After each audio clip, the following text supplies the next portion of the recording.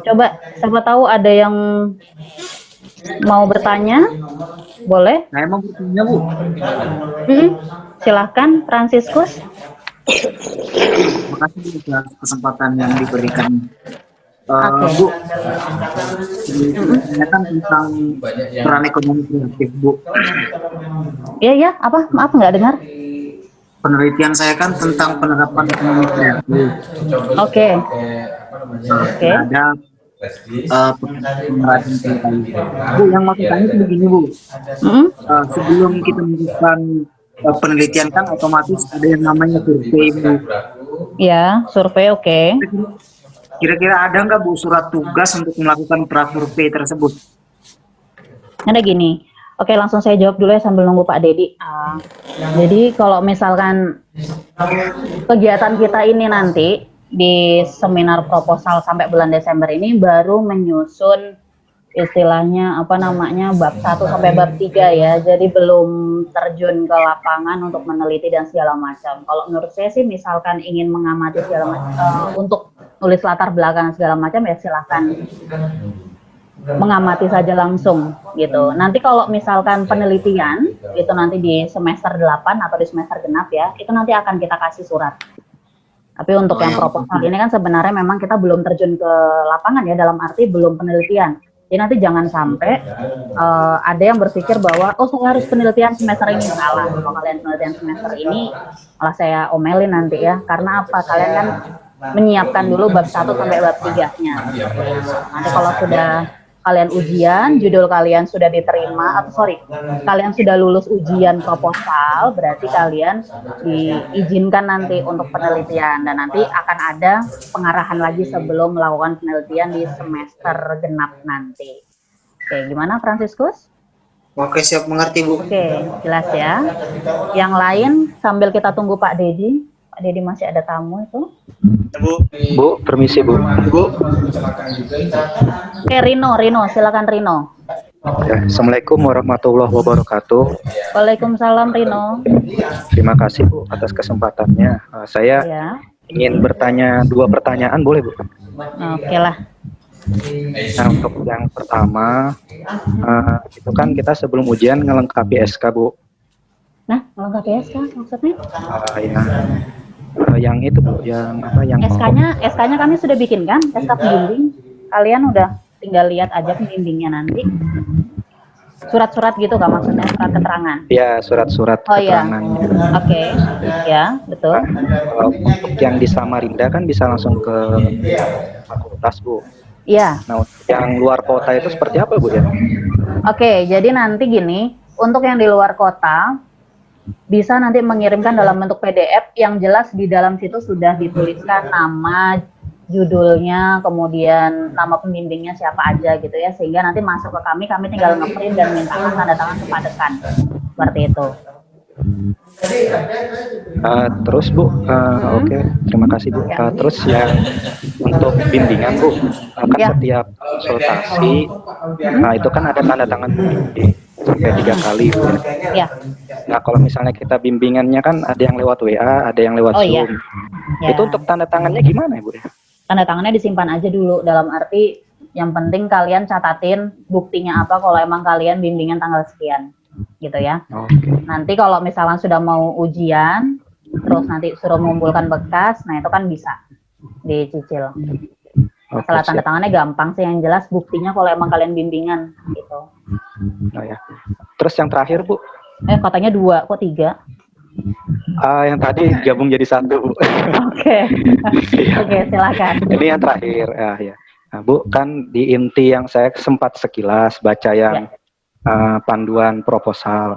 Nah, di situ kan di inti ada 3 penelitian, jenis penelitian Bu ya. Oke, betul ya. Pertama penelitian kuantitatif, kualitatif. Yang terakhir itu PTK, penelitian tindakan kelas. Nah, untuk mau informasi Bu, nah, judul saya kan sudah di ACC, aplikasi daring untuk hasil belajar siswa. Apa judulnya? Jenisnya apa? Judulnya YouTube Bu. Enggak, maksudnya YouTube.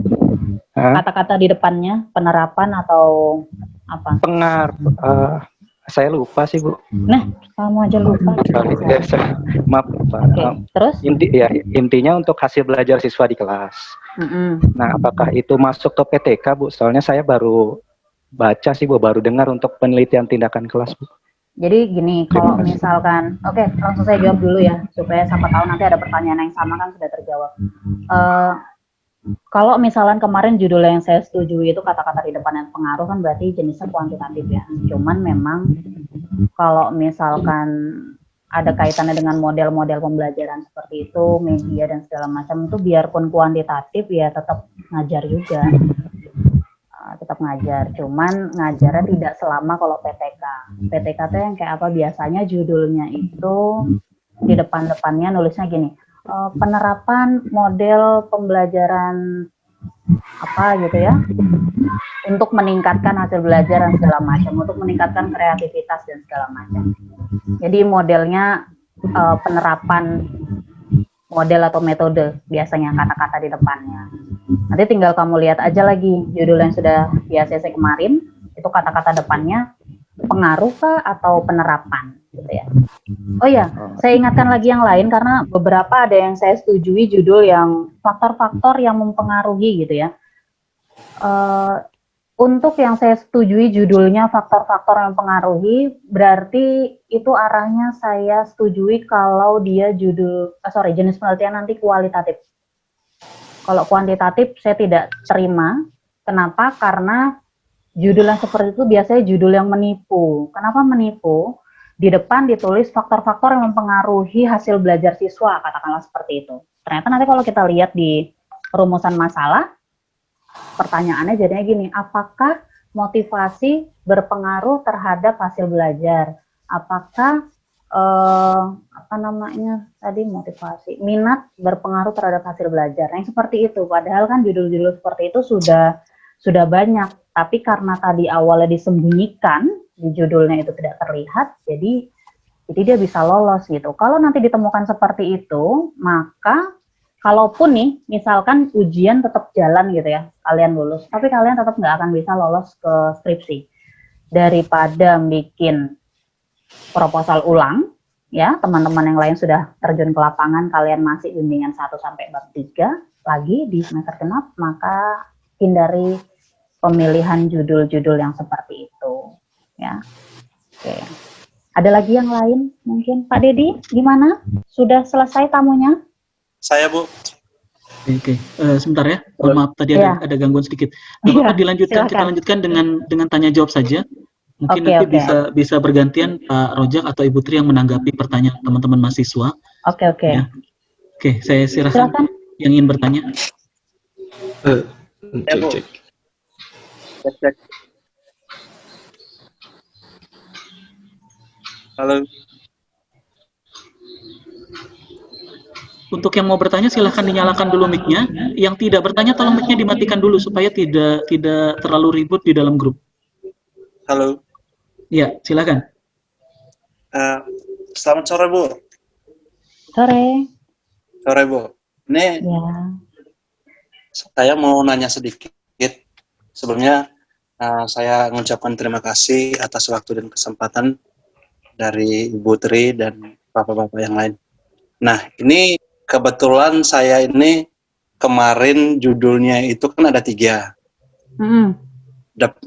Jadi yang depannya itu saya pakai pengaruh semua. Ada pengaruh, ada analisis. Nah, ini kan ibunya setelah ibunya mengoreksi dan ibunya memperbaiki, akhirnya judul saya yang sekarang itu adalah dampak pandemi pada penurunan pembayaran kredit di Pegadaian Sungai Pinang. Nah, yang ingin saya tanyakan di sini, Bu, ini kan saya sudah mencari buku-buku yang terkait dengan pandemi itu kan tidak ada. Nah, apakah referensi buku yang lain yang mungkin bisa saya cari lagi nanti gitu loh? Iya, itu aja. Saya cari buku ini tuh tidak ada gitu loh, Bu.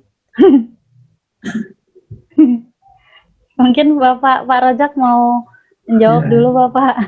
Ya Bu. Silakan Bapak.